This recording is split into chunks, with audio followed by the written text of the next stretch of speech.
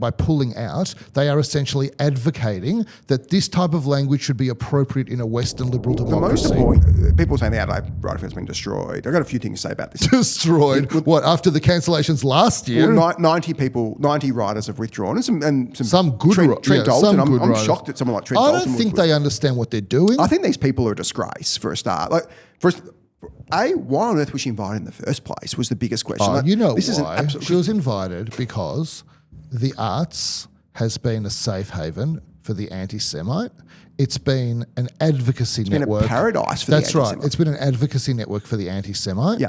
And there has been a conscious decision to run an anti-Israel, anti-Semitic narrative across a lot of... They call it anti-Zionists, but they won't outwardly claim they're anti-Semitic, but they clearly are.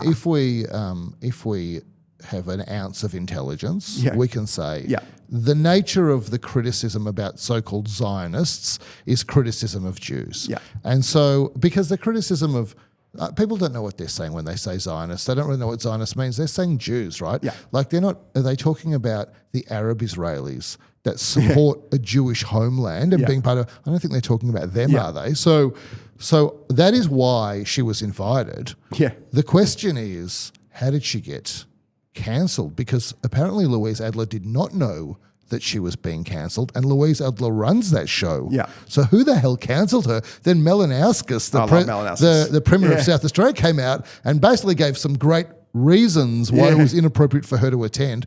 Ultimately, do you know what the language is they used for her cancellation?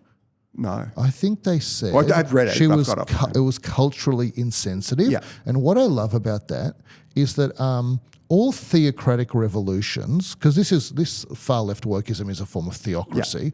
All theocratic revolutions, they eventually turn on each other using the same language. Like once you've rigged up that guillotine and started chopping off heads, don't be shocked when your neck is on their next. And that is basically what's happened to her. She's been executed with her own language. She tried to get Thomas Friedman cancelled last year. I know, which is the most, and Thomas Friedman hates Netanyahu.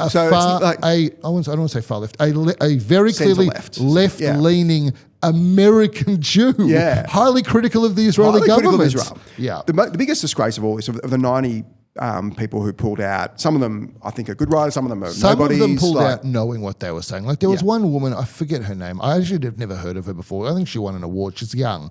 She pulled out saying, from the river to the sea, Gaza, Palestine will be free.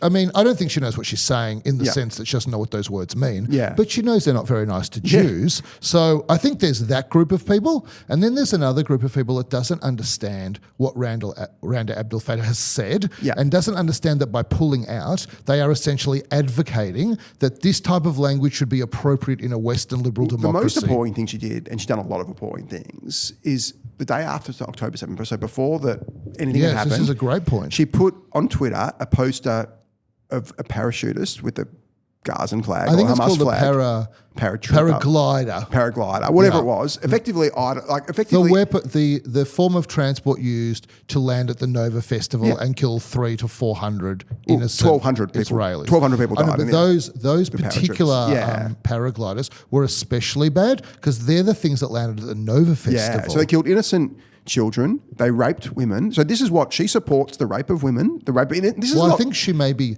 There's a lot of. I don't want to put this on her, but I think I read, and if it's not her, it definitely is pervasive in this world.